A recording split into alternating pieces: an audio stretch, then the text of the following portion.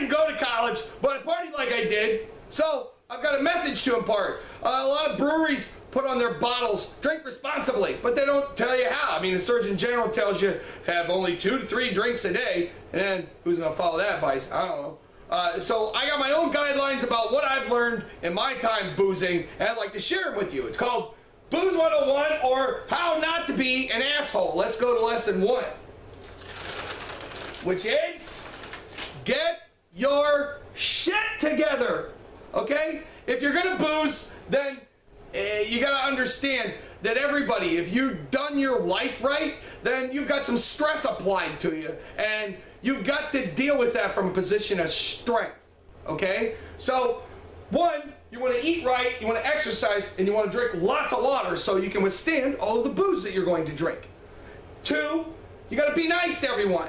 Don't be one of those people that walks around talking about how rude everybody is, and I guess it's okay if I'm a jerk. Don't do that. You're making it worse on yourself, all right? You're twice as worked up as you were before. Be nice to everybody. It doesn't cost a thing. 3, do something that gives your life purpose and work your ass off, all right? Because booze isn't medicine that you can undo all this damage. It's a reward for all of your hard work. And I assure you, if you apply these lessons, you're going to be much happier for it. Here we go to lesson 3, which is share booze. That's right.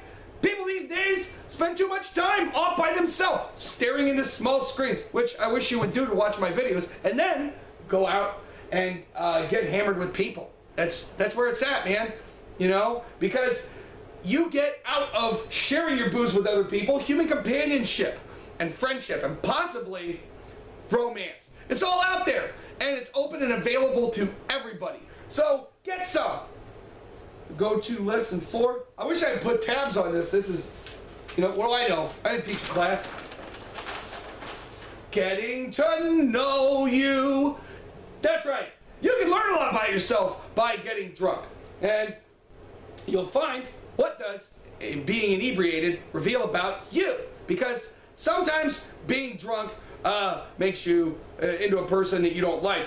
A lot of times sobriety is a facade too, and it takes some booze to knock those layers off and find out some things about you, okay? So don't take a Facebook personality test. Go ahead and get shit-faced. It's a lot easier to take notes from there. You find out a lot. And the final lesson, overdo it, all right?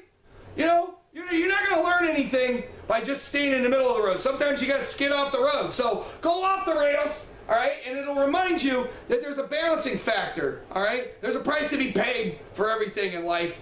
And enduring a hangover makes you tougher in spirit, not physically. That jacks you up, you know? And you're better able to judge the grand ideas once you stack up next to a bad experience. So go ahead, knock yourself out. Which brings us to tonight's offering, which is Great Lakes Blackout Stout, which I thought was named for like a blackout drunk, but it's named for the 2003 power outage that knocked out power for 55 million people.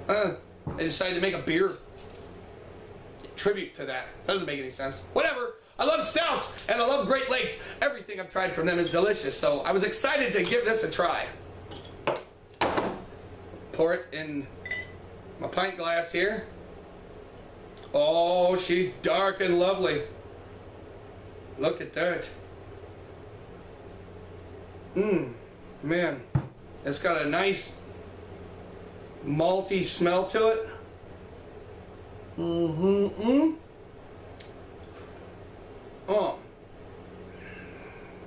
Oh man. The aftertaste is really kind of sweet. There's not much bitter about this at all. It's really kind of thin though. It's not very heavy. This is good. So, this is your old pal Kurt with a lesson and some pretty good beer. I'd say 7 out of 10.